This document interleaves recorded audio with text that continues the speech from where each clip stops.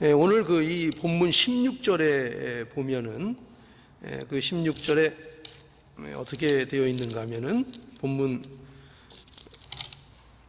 16절에 그러나 너희 눈은 봄으로 너희 귀는 들음으로 복이 있다. 이렇게 이제 예수님이 말씀해 주셨습니다.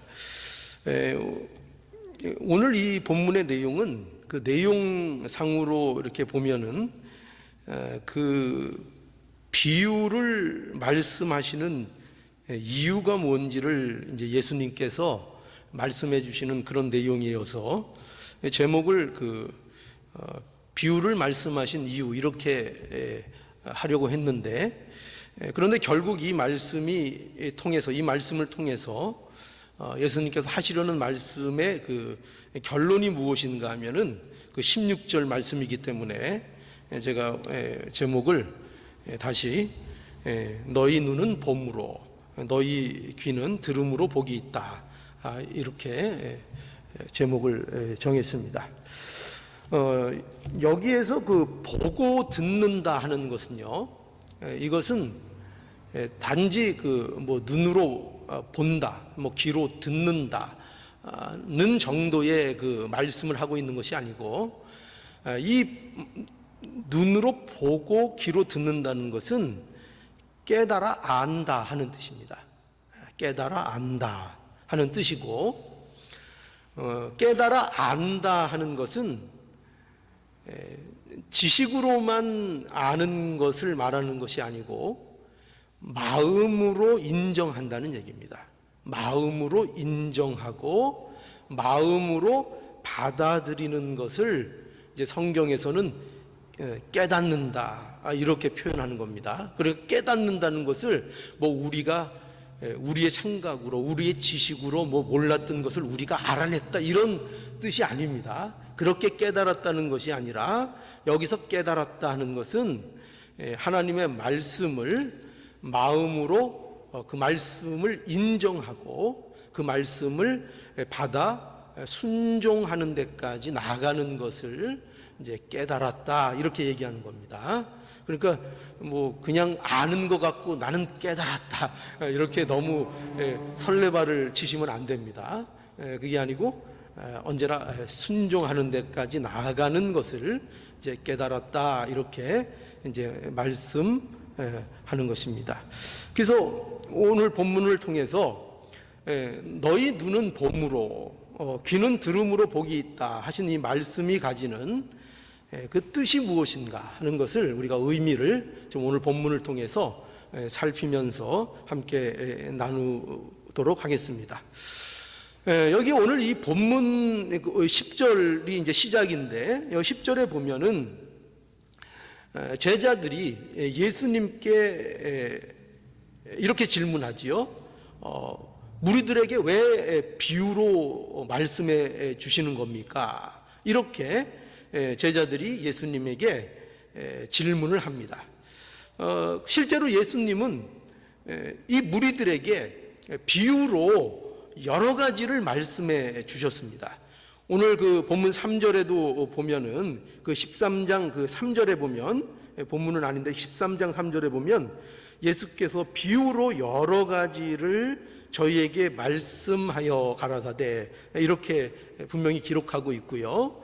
그리고 거기 그 34절에도 보면은 어떻게 되어 있는가 하면은 예수께서 이 모든 것을 무리에게 비유로 말씀하시고 비유가 아니면 아무것도 말씀하지 아니하셨으니, 이렇게 말씀합니다.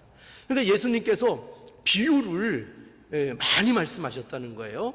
그런데 이렇게 비유를 말씀하신 것에 대해서 제자들이 아마도 이상하게 여겼던 것 같습니다. 그러니까 왜 이상하게 여겼는가 하는 것은 구체적으로 밝혀 있지는 않습니다.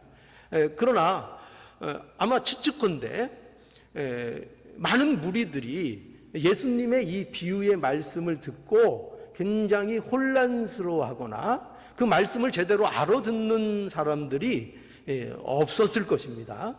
그래서 아마 제자들이 이 비유의 문제를 가지고 예수님에게 왜 이렇게 비유로 계속 가르쳐 주십니까? 하는 질문을 한 것으로 여겨집니다. 아마 제자들도 이 비유에 대해서 완전하게 이해하지 않았으리라고도 이렇게 예상할 수 있습니다. 왜냐하면 예수님께서 그 비유에 대해서 이 뒤에 보면은 우리가 살펴본 바와 같이 이 씨 뿌리는 비유에 대해서도 제자들에게 그 비유의 뜻을 해석해 주시는 것을 볼 때에 아마 제자들도 이 비유의 말씀들을 온전히 이해하지 못했다 하는 추측을 우리가 할 수 있고, 어쨌든 간에 그러한 상황 속에서 아마도 제자들이 왜 이 무리들에게 이렇게 비유로 말씀하십니까? 이렇게 질문한 것으로 보여집니다. 그런데 예수님의 이제 대답이 이렇습니다. 예수님께서 어떻게 대답하셨는가 하면은 11절에 보니까 11절에 대답하여 가라사대 천국의 비밀을 아는 것이 너희에게는 허락되었으나 저희에게는 아니 되었나니, 이렇게 말씀을 하십니다. 예수님의 이 말씀은 우리가 예상하지 못하는 어떻게 보면 대답입니다. 왜냐하면 보통 이제 비유라는 것을 사용할 때에는요, 어떨 때 비유를 사용할까요? 보통 비유는 우리가 비유를 든다 하면은 일단은 이해를 돕기 위한 비유를 우리가 사용합니다. 그렇죠? 그러니까 어떤 것을 말할 때에 그것이 이해하기 힘든 것을 이해를 돕기 위해서 비유를 하는 것이 보통 비유를 사용하는 이제 목적이죠. 그래서 우리는 예수님의 이 비유를 쓰시는 것을, 예수님이 이렇게 비유를 쓰시는 것을 우리는 쉽게 이제 무리들이 잘 이해하도록 하기 위한 것이다, 이렇게 생각할 수 있습니다. 뭔가 좀 더 알아듣게 말씀하시려고 이제 이렇게 비유로 말씀해 주셨나, 이렇게 생각할 수 있습니다. 그런데 예수님의 대답은 우리가 예상치 못할 대답을 예수님께서 하십니다. 어떻게 대답하셨는가 하면은 말씀드린 대로 천국의 비밀을 아는 것이 너희에게는 허락되었으나 저희에게는 허락되지 아니었다, 이렇게 이제 말씀하신 것입니다. 여러분, 이게 무슨 말씀일까요? 여러분, 우선 천국 비밀이 뭘까요? 과연 천국 비밀, 이거부터 알아야 되겠죠. 천국 비밀은 뭐냐면 하나님께서 이 천국 비밀은 복음을 얘기하는 겁니다. 복음. 그러니까 천국의 비밀은 복음입니다. 복음인데, 즉 예수 그리스도를 통한 구원을 말하고 있는 것입니다. 예수님을 통하여 하나님께서 구원을 이루실 이 예수님의 모든 그 경륜, 계획, 이런 것들을 이제 천국의 비밀이라, 이렇게 말씀하고 있는 것입니다. 그러니까 하나님께서 모든 만물을 예수 그리스도 안에서 회복시키시겠다는 것입니다. 그러니까 이것이 복음입니다. 이 복음을 아는 것이 바로 은혜다 하는 것을 말씀하고 있는 거예요. 그러니까 하나님이 계시해 주는 자만이 이 천국 비밀을 알 수 있다는 겁니다. 그러니까 이 천국 비밀은, 이 복음은 예수 그리스도를 통하여 구원받는 역사, 예수 그리스도를 통하여 만물이 회복되는 이 역사, 이 구원의 이 계획은, 이거는 비밀이라는 거예요. 비밀. 그러니까 아무나 알 수 없는 비밀이라는 거예요. 그러니까 우리는 너무나도 이 말씀을 언제나 듣는 거잖아요. 그죠? 언제나 복음이 뭐냐? 예수 그리스도다. 예수 그리스도로 인한 구원이다. 우리가 늘 듣는 말씀이지만 이것은 놀랍게도 이것이 천국의 비밀이라는 거예요. 그러니까 비밀이라는 것은 알려진 자만 알 수 있는 거예요. 그러니까 그러니까 비밀이라는 것은 어떤 자들에게는 숨겨질 수밖에 없는 겁니다. 우리가 비밀을 누구에게나 다 얘기하는 거 아니잖아요. 비밀은 그 비밀을 아는 자가 있고 그 비밀이 숨겨져서 모르는 자들이 있다 하는 것입니다. 그래서 예수님이 대답이 이겁니다. 천국의 비밀을 아는 것이 너희에게는 허락되었다. 너희는 누굴 얘기할까요? 여기서 1차적으로 너희는 제자들을 가리키는 말입니다. 그런데 이 제자들일 뿐만 아니라 더 넓게는 누구죠? 선택된 하나님의 백성을 말하는 것입니다. 그러니까 누가 이 천국의 비밀을 알 수 있는가? 아무나 알 수 있는 것이 아니라는 거예요.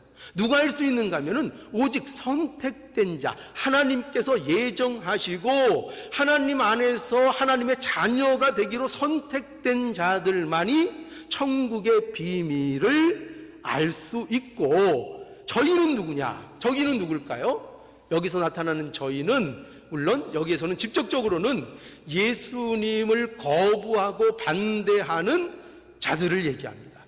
바리새인도 있고요. 또 그리고 그 세대, 악한 세대의 모든 전반적인 분위기를 가리키기도 합니다. 그래서 그렇게 어떤 자들은 이렇게 어떤, 여긴 무리라고 돼 있죠. 무리는 허락되지 않았다. 저희 무리입니다. 저희는 허락되지 않았다. 이렇게 말씀하고 있는 것입니다. 이것처럼 천국의 비밀은 허락된 자가 있고 허락되지 않은 자가 있고, 그래서 반드시 천국은 이 복음을 아는 것은 하나님의 은혜를 입은 자들만이 이 천국의 비밀을 알게 되는 것이고, 하나님이 계시해 주는 자만이 천국의 비밀을 알 수 있다는 거죠. 그런데 절대로 모르는 모른다는 거예요. 인간의 지혜로는, 우리의 지식으로는, 우리의 철학이나 우리의 연구나 우리의 어떤 것으로는 결코 천국의 비밀을 알지 못한다. 은혜 받은 자만, 오직 구별되고 선택된 자만 천국의 복음을 알 수 있다는 겁니다. 근데 그 복음이 뭐예요? 그 비밀이 뭐라고요? 예수 믿어 구원받는다 이거예요. 예수 믿어 구원받고 예수 그리스도 안에서 모든 만물이 회복된다 하는 이 복음의 비밀을 오직 허락된 자만이 알 수 있다. 이렇게 이제 말씀해 주십니다. 그리고 이제 12절에 계속 볼까요? 12절 무릇 있는 자는 받아 넉넉하게 되되 무릇 없는 자는 그 있는 것도 빼앗기리라. 이렇게 말씀하죠. 여기 보면은 믿는 자와 있는 자와 없는 자가 여기 대조되고 있는 것을 이제 우리가 보게 됩니다. 여기 있는 자는 무엇이 있다는 얘기일까요? 뭐가 있을까요? 무엇이 있는 자일까요? 그 안에 복음이 있는 자입니다. 진리가, 복음을, 천국 복음을 받아들이고 그 천국 복음을 아는 자를 말하는 것입니다. 없는 자는 누굴까요? 천국 복음이 없는 자, 천국의 비밀을 모르는 자를 말하고 있는 것입니다. 그러니 복음을 아는 자는 말씀을 받을 때에 어떻게 된다는 거죠? 더욱 그 말씀으로 인해서 은혜가 풍성해지고 그 말씀으로 인하여 더욱더 깊어지고 은혜가 넘치는 가운데로 나가게 된다는 거예요. 누가요? 복음을 가진 자들이, 천국 비밀을 가진 자들은 말씀으로 인해서 더 풍성해진다는 거예요. 말씀을 받고 그 말씀으로 더욱 즐거워하며 더욱 기뻐하며 그의 영광스러움이 그의 삶 속에서 더욱더 풍성하게 누려지는 놀라운 은혜를 누리게 된다는 거예요. 누구는 그렇게 된다고요? 천국 비밀을 가진 자들은, 복음을 비밀을, 진리를 가진 자들은. 그런데 반대로 그 천국 복음이 없는 자들은 모두 뺏겨, 있는 것도 빼앗긴다. 이게 무슨 말일까요? 있는 것도 빼앗긴다. 그가 오히려 더 말씀으로 인하여 완악함이 두드러지게 나타난다는 거예요. 그러니까 말씀이 증거되면 될수록 복음을 모르는 자들은 그 어둠이 더 짙어진다는 거예요. 그러니까 여러분 보세요. 우리가 수학 공부할 때도 보면은, 그죠? 모르는 공식, 모르는 것을 풀게 되는데 더욱더 문제를 거기다 더하면은 모르는 것만 계속 더해져 나가는 겁니다. 그죠? 그 모른다는 것만 더 깊어지고 그가 얼마나 그 일에 대해서 무지한 것만이 분명하게 드러나게 되는 것입니다. 그러니까 복음을 갖지 못한 자는 이처럼 말씀이 주어지는데 더욱더 완악함이 확인된다는 것입니다. 여러분, 이 지금 말씀이 어디 중간에 자리 잡고 있습니까? 어떤 비유 안에 여기 이것이 들어가 있죠? 씨 뿌리는 비유, 그죠? 그 사이에 이 말씀이 있는 거죠. 그래서 이것은 씨 뿌리는 비유는 바로 이러한 면을 보여줍니다. 보세요. 씨가 뿌려집니다. 그런데 그 씨가 길가, 우리 했죠. 또 돌밭, 또 가시밭에 씨가 떨어졌습니다. 그러면 거기에는 뭐가 없어요? 뭐가 없죠? 결실이 없습니다. 결실이 없습니다. 모양은 어떨지 모르지만 결실이 없습니다. 왜 그런가 하면은 거기는 뭐가 없다는 것을 말씀하고 있는가 하면은 거기에는 복음이 없기 때문입니다. 천국의 비밀, 하늘나라의 비밀, 천국 복음의 비밀이 그 땅은 없는 것을 나타내고 있는 겁니다. 좋은 땅에는 뭐가 떨어졌죠? 똑같은 씨가 좋은 땅에 떨어졌는데 결과가 어떻게 됐습니까? 어떻게 됐죠? 100배, 60배, 30배의 결실이 나타났습니다. 자, 그럼 생각해 보세요. 왜 결실이 나타났죠? 무엇 때문에 그 결실이 나타나게 됐습니까? 그 안에 복음이 있기 때문이라는 것을 말하고 있는 것입니다. 결실이 있고 없고의 차이는 어디에 있느냐? 무엇에 있는 거예요? 밭의 상태에 있는 것입니다. 길가, 돌밭, 가시밭에는 똑같이 씨가 떨어졌지만 결실이 없는 거예요. 그러면 씨가 잘못된 걸까요? 아니에요. 씨가 잘못된 건 아니에요. 그 씨가 좋은 땅에서는 결실을 맺는 것입니다. 그죠? 100배, 60배, 30배의 결실을 맺는 것입니다. 그 씨가 똑같은 씨가 떨어졌는데 길가, 돌밭, 가시밭은 결실을 맺을 수가 없었고 좋은 땅만 결실을 맺게 되었던 것입니다. 그 차이가 뭐에 있다고요? 씨의 차이가 아닌 거예요. 씨의 차이가 아니고 뭐의 차이였어요? 그 땅의 차이였어요. 근데 그 땅의 차이는 무엇으로 나는 것인가 하면 복음이 그 안에 있느냐 없느냐는 것입니다.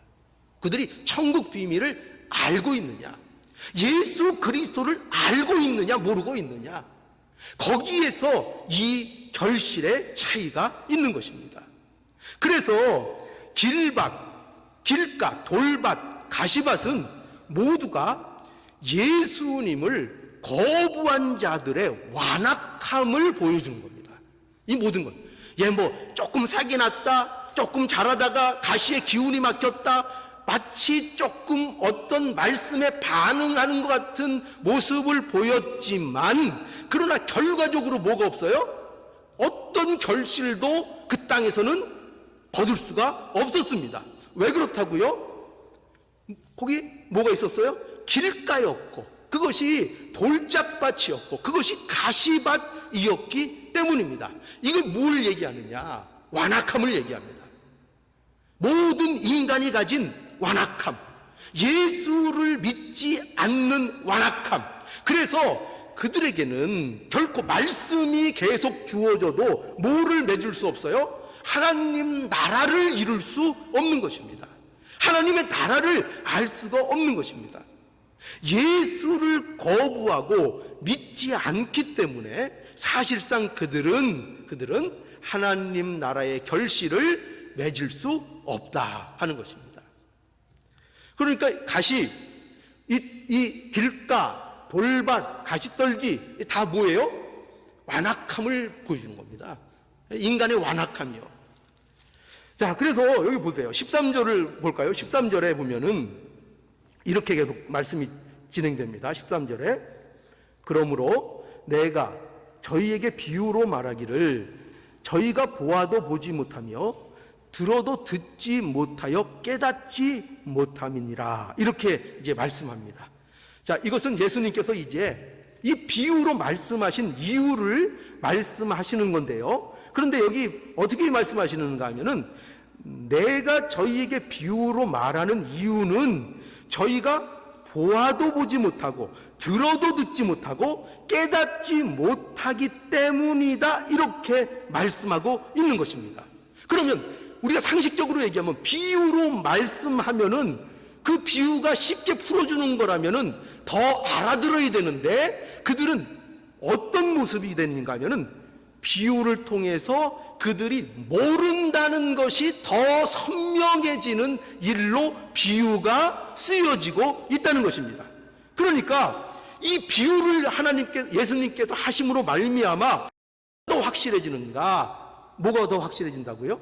저희의 완악함 때문이라는 것이 이 비유를 통해서 더욱더 확실해진다는 것입니다. 다시 말해서 저희는 전혀 복음을 받아들일 마음이 없다는 것을 이 비유를 말씀해 주시는 것을 통해서 저희의 완악함, 그것을 분명히 드러내신다는 것입니다. 그것이 비유로 말씀하시는 목적이다, 이겁니다. 그래서 예수님께서 이것을 분명히 하시기 위해서 여기 어떤 말씀을 인용하고 있는가 하면은 이사야서의 예언을 인용해서 이렇게 말씀해요. 14절에서 15절 보세요. 14절에서 15절에 보면 이사야의 예언이 저희에게 이루었으니 일렀으되 너희가 듣기는 들어도 깨닫지 못할 것이요 보기는 보아도 알지 못하리라. 이 백성의 마음이 완악하여져서 그 귀는 듣기에 둔하고 눈은 감았으니 이는 눈으로 보고 귀로 듣고 마음으로 깨달아 돌이켜 내게 고침을 받을까 두려워함이니라 하였느니라. 이렇게 예수님께서 이사야의 예언을 인용하십니다.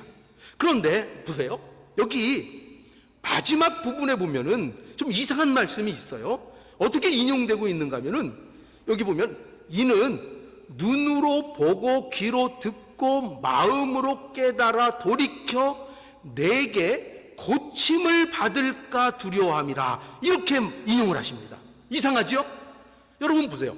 고침을 받으면 그것이 좋은 겁니까 나쁜 겁니까? 고침을 받아야 되겠어요? 안 고침을 받으세요? 고침을 받아야 그게 좋은 거 아니겠습니까? 그런데 고침을 받을까 두려워한다 이렇게 말씀하고 있습니다. 고침을 받을까? 이게 무슨 말인가 하면은 이것이 곧 무엇을 얘기하는 건가? 이스라엘이 이렇게 완고하다는 것을 강조하기 위하여 예수님께서 이렇게 인용을 하고 계신 것입니다.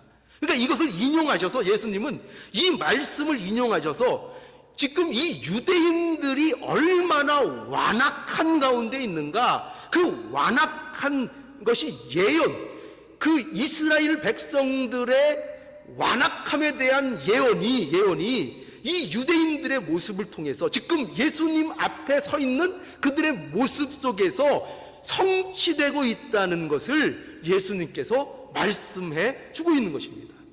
그러니까 예수님은 이 완악함이 그대로 지금 실현되고 있다는 것입니다. 그래서 뭐예요? 그래서 지금 이 네 가지 땅의 비유를 통해서 이것을 보여주시잖아요. 좋은 땅은 뭐예요? 극히 소수인 겁니다. 좋은 땅은 아주 작은 무리인 것입니다. 그런데 저희는 모두가 지금 어떤 상태로 묘사되고 있어요? 길가고 모두가 돌밭이고 모두가 가시밭이라는 것입니다. 바로 이것이 하나님의 은혜를 입지 못한 자들의 상태인 것입니다. 죄로 인하여 모든 인류는 무엇과 상관이 없는 자들이 되었죠? 하나님 나라와 상관이 없는 자들이 된 것입니다. 그게 뭐라고요? 그게 길가고 그게 돌밭이고 그것이 가시밭인 것입니다. 그러니까 하나님의 말씀이 아무 소용이 없는 거예요. 아무리 씨를 뿌려도 아무 소용이 없는 상태가 돼버려 있는 거예요. 그게 뭐라고요? 그게 인류의 모습인 것입니다. 모든 인간들의 모습이 어떤 모습이냐? 길가래니까요. 모두 돌밭이라니까요. 모두 가시밭이라니까요.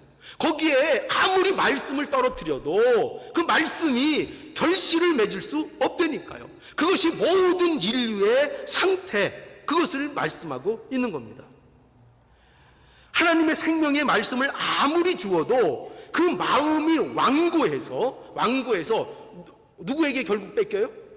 사탄에게 뺏겨버립니다. 전부 다 말씀을 빼앗겨 버리는 겁니다. 그게 인간의 모습입니다. 믿음이 있는 것 같지만 조금만 고난이 있으면 어떻게 된다고요? 돌밭이잖아요. 돌밭. 그죠? 싹이 나는 것 같고 말씀을 들을 때 즐거워하는 것 같고 뭔가 받아들이는 것 같은데 그 말씀으로 인해서 환난이 오면 다 양보하고 떠나간다는 것입니다. 말씀으로 인해서 고난받는 것을 기뻐하지 않는다는 것입니다. 이것이 바로 인간의 모습이라는 거예요. 조금도 고난, 이것을 용납 못합니다. 나의 삶 속에 고난이 없는 게 최고지, 말씀을 가지고 고난받는 삶, 이런 거 할 실력이 인간에게는 없다는 것입니다. 말씀을 듣고 그 말씀을 지키기 위해서 내가 고난을 받겠다, 이런 실력을 가진 인간이 없다는 거예요. 또 마음의 욕심으로 인하여 어떻게 돼요? 가시떨기죠. 그죠? 가시떨기가 그 밭에 자리 잡고 있습니다. 그 마음에 이미 욕심이 가득 차 있습니다. 세상에 대한 욕망이 가득 차 있습니다. 그래서 오직 세상의 염려와 재리의 유혹에 빠지기를 잘합니다. 모든 인간의 모습이 바로 이 모습이라는 거예요.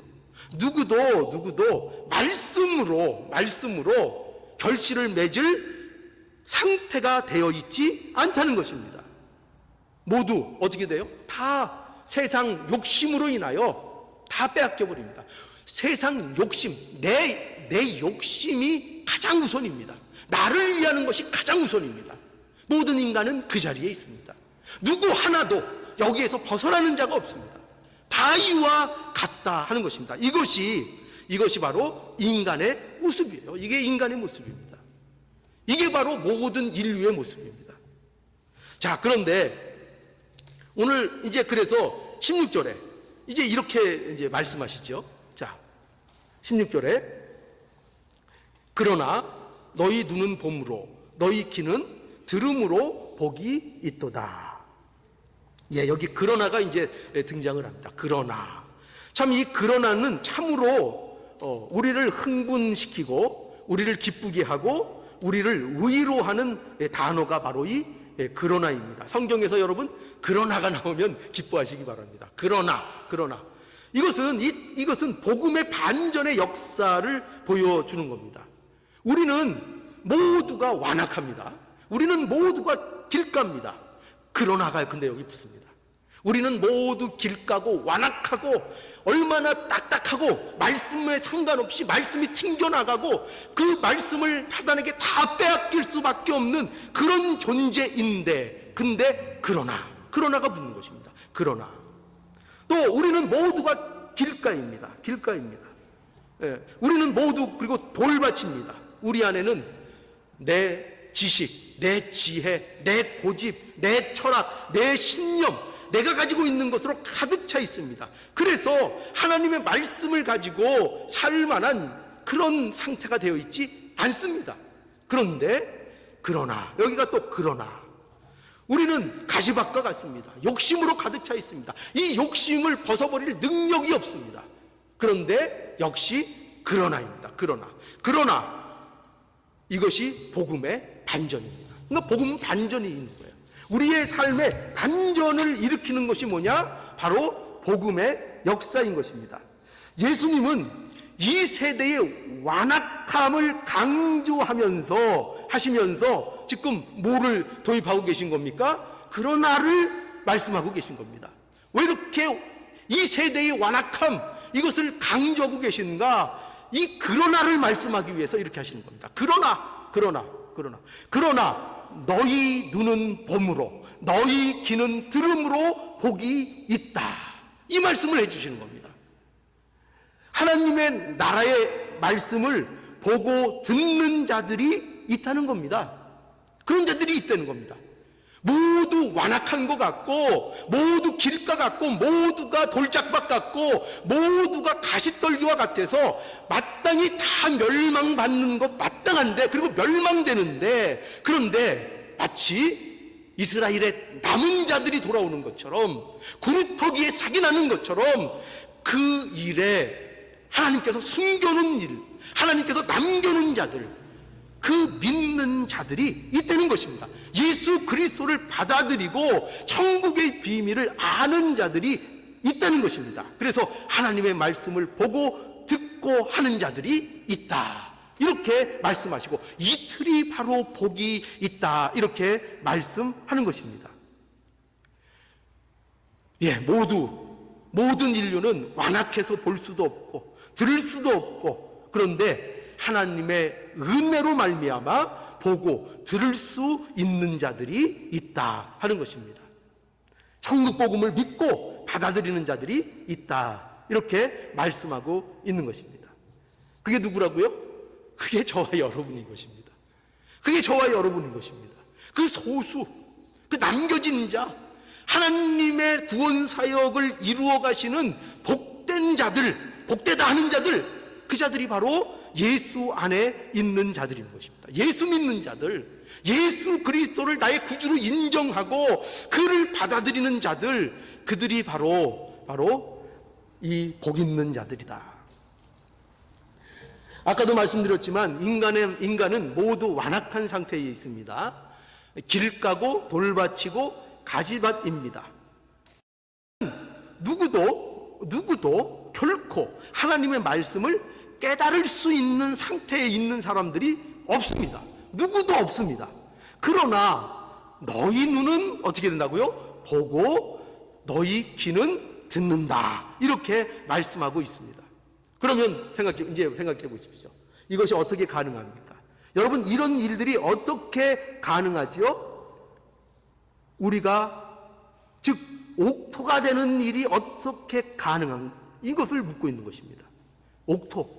그러니까 이것은 너희가 보고 듣는다는 것은 너희가 옥토라 이 말입니다. 너희가 옥토, 예수 그리스도 안에서 너희는 길가일 수밖에 없고, 너희는 돌밭일 수밖에 없고, 너희는 가시밭일 수밖에 없지만 예수 그리스도 안에서 너희가 옥토가 되었다 말씀하고 있는 것입니다. 예수 그리스도 안에서요, 너희가 옥토가 되었다. 우리의 굳은 마음, 우리의 돌로 가득 찬 마음, 우리의 탐욕으로 가득 찬 이 마음이 어떻게 옥토가 될 수 있는가? 이거 세상에는 없습니다. 이렇게 될 수 있는 사람 아무도 없습니다. 어떤 사람도 이렇게 될 수 없습니다. 옥토가 될 수 없습니다. 누구도 옥토가 될 수 없습니다. 그런데 단 한 분이 있습니다. 누굽니까? 예수 그리스도입니다. 예수 그리스도. 예수 그리스도가 옥토입니다. 오직 예수님만이 옥토입니다. 옥토. 오직 예수님만이 하나님의 말씀을 듣고 그 말씀대로 순종하셨습니다. 온전히 순종하셔서 하나님의 나라를 온전히 예수님이 이루신 것입니다. 그리고 그 예수님의 의를 우리에게 덧입혀 주심으로 우리가 옥토가 될 수 있게 하신 것입니다. 그 예수 안에서 우리의 의로는 안 되는 겁니다. 우리의 지식, 우리의 지혜로는 길가를 면할 수 없습니다. 돌밭을 면할 수 없습니다. 가지밭을 면할 수 없습니다. 어떤 말씀이라도 그 말씀으로 결실할 수 없습니다. 그런데 우리에게 예수께서 친히 옥토가 되셔서 하나님의 말씀을 온전히 다 순종하시고 또 모든 시험을 다 승리하심으로 말미암아 우리에게 그 의를 입혀 주셔서 예수 안에 있는 자들을 옥토가 되게 하신 것입니다. 그래서 복음을 아는 자들이요, 그 복음을 아는 자들은 이제 어떻게 된다고요? 말씀을 받을 때에 그 말씀을 인정하고 받아들이고 순종함으로 하나님의 나라를 이루어 나갈 수 있도록 이 복을 받았다는 것입니다. 이게 바로 그리스도인 것입니다. 오직 예수님만이 좋은 땅입니다. 그렇기 때문에 우리가 좋은 땅이 되는 이 길은 오직 예수 그리스도의 의를 입는 길밖에는 없습니다. 우리의 노력이나 우리의 의로는 좋은 땅이 될 수 없습니다. 누가 자신의 힘으로, 여러분 생각해 보십시오. 누가 자신의 힘으로 그 마음속 깊은 곳에 있는 그 완고함을 갈아엎을 자가 누가 있습니까? 여러분 중에 누가 있습니까? 여러분의 완고함을 여러분의 의로 갈아엎을 수 있는, 여러분의 지식과 힘으로 갈아엎을 수 있는 자가 누가 있습니까? 누가 자신의 지식과 철학으로 자기의 고집을 꺾을 사람이 누가 있습니까? 자기 고집 누가 꺾습니까? 저는 자기 고집 꺾는 사람을 보지를 못했어요. 못 봤어요. 고집을 꺾는 것처럼 보이는 것은 그게 자기에게 이득이 될 때는 꺾습니다. 그러나 인간이라는 존재는 절대로 자기 고집과 자기 거를 꺾지 않습니다. 자기 완고함을 결코 내려놓지 않습니다. 자기 욕심을 버린다고요? 절대로 버리지 않습니다. 인간이라는 존재는 욕심을 버릴 만한 실력을 가진 존재가 아닙니다. 우리는 우리 힘으로 못합니다. 우리는 우리 힘으로 길가, 돌밭, 가시밭 벗어날 수 없습니다. 그러나 예수님이 하십니다. 이게 복음인 것입니다. 그러나 예수님이 하십니다. 예수님이 하셨고, 예수님께서 우리 그 의를 입혀주셨고, 예수 그리스도 안에 있는 자들은 이와 같이 좋은 땅으로 내게 있는 이 완고함 벗어버릴 수 있고, 내게 있는 고집, 내게 있는 지식 물리칠 수 있고, 내게 있는 이 욕심 물리칠 수 있다는 것입니다. 예수 그리스도 안에서요. 예수님을 정말 믿으면요, 예수님을 정말 나의 마음속에 모시고 예수로 사는 일이 있을 때 정말 그렇게 할 수 있다고 하는 것입니다. 그래서 예수님은 우리의 신앙생활에서 이렇게 말씀하셨습니다. 좁은 문으로 들어가라. 그렇죠? 좁은 문으로. 결코 우리에게 넓은 문으로 들어가라고 말씀하지 않으셨습니다. 좁은 문으로 들어가라. 여러분, 과연 누가 좁은 문, 좁은 길을 누가 가겠습니까? 누가 이 길을 가겠습니까? 그 문이 좁고 길이 협착해서, 그래서 그 길은 찾는 이가 적다 그랬습니다. 그 매력이 없습니다. 고생길입니다. 고난이 흔하게 보이는 길입니다. 인간의 본성으로 볼 때 도무지 매력이라고는 발견할 수 없는 길입니다. 근데 그 길을 걸어가는 거예요. 예수를 믿는 게 그런 겁니다. 예수를 믿는 것이 세상 사람들의 관점에서는 도무지 이해가 되지 않는 것을 믿고 따라가는 것이 예수 그리스도를 믿는 것입니다. 온유한 게 복인 걸 알고, 그죠? 가난한 게 복인 거를 알고. 세상에 이런 거 통합니까? 안 통합니다. 세상에는 부자가 복인 것이고, 그죠? 아파하는 게 없어야 되는 것이고, 그게 세상은 복인데, 그런 것들을 복으로 주장하는 세상 속에서 그리스도인으로 살아가는 그것은 좁은 길입니다. 결코 평탄하고 결코 넓은 길이 아닙니다. 그러나 중요한 건 뭐죠? 그러나 그 길이 생명의 길이라 하는 것이죠. 그 길만이 생명의 길인 것입니다. 오직 예수 그리스도를 믿고 예수로 사는 그 길만이 오직 생명의 길이라는 것입니다. 그러므로 여러분, 이 말씀을 왜 이렇게 예수님께서 이것을 이렇게 말씀해 주시는가 하면은요, 아마 그 당시에도 그랬겠고 오늘날도 그럴 겁니다.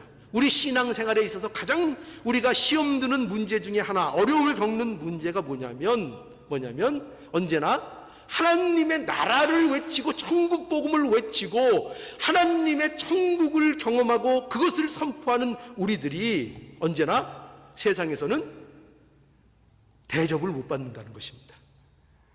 세상에서는 마치 적은 무리와 같다는 것입니다. 그러니 우리는 그 문제로 인하여 우리가 위축될 수 있습니다. 주눅이 될 수 있습니다. 아니, 우리가 하나님의 나라를 전파하는 사람들이고 천국 비밀을 가진 자들인데, 그런데 세상은 거기에 별로 호응을 하지 않습니다. 오히려 교회를 봐도 세상적으로 어떤 문화적이고 어떤 세상의 흐름을 따라가고 하는 교회들은 굉장히 활기띠고 굉장히 부흥하는 역사도 심심치 않게 볼 수 있습니다. 그런데 오히려 뭐 우리가 작다고 말씀드리는 건 아닙니다. 오히려 말씀을 따라가고 하나님의 복음만을 전하는 교회는 오히려 소수일 때가 많습니다. 작을 때가 오히려 많습니다. 물론 큰 교회도 있습니다. 그러나 대체적으로 작은 교회들이 많습니다. 그래서 우리는 이게 뭔가 합니다. 그죠? 이게 뭔가 합니다. 아니, 하나님의 말씀대로 전하고 복음을 전하고 우리가 이렇게 믿음으로 살면 세상도 거기에 다 껌뻑 죽고 우리가 이렇게 잘났다는 것이 세상에 알려지고 세상도 우리 앞에 절하고 이런 것들이 벌어져야 될 것 같은데 우리는 여전히 소수입니다. 적은 무리입니다. 그러니 위축되고 이게 뭔가 하는 시험을 당할 수 있다는 것입니다. 초대교회도 이 시험이 있었습니다. 초대교회도 이런 시험과 핍박, 복음을 전하고 순수한 믿음으로 나갈 때에 많은 핍박과 박해가 있었습니다. 그래서 그들 사이에는 이게 뭔가 하는 위축됨과 어떤 시험거리들이 초대교회도 역시 있었습니다. 예수님은 그것을 그런 모든 것들을 아시는 거예요. 예수님께서는 우리가 비록 적은 수일지라도 세상의 세력과 같은 그런 세력적인 힘을 갖고 있지 못할지라도 그것에 의해서 우리에게 믿음이나 우리의 신앙의 상태에 주눅이 들 필요가 없다는 것입니다. 왜냐하면 하나님의 나라를 이루어가는 자들은 옥토와 같은 자들인데 천국 비밀을 아는 자들인데 그들은 언제나 소수였다는 것입니다. 남은 자와 같았고 그들을 통해서 하나님께서 천국 복음의 일을 이루어 나가셨다. 이렇게 말씀하고 있는 것입니다.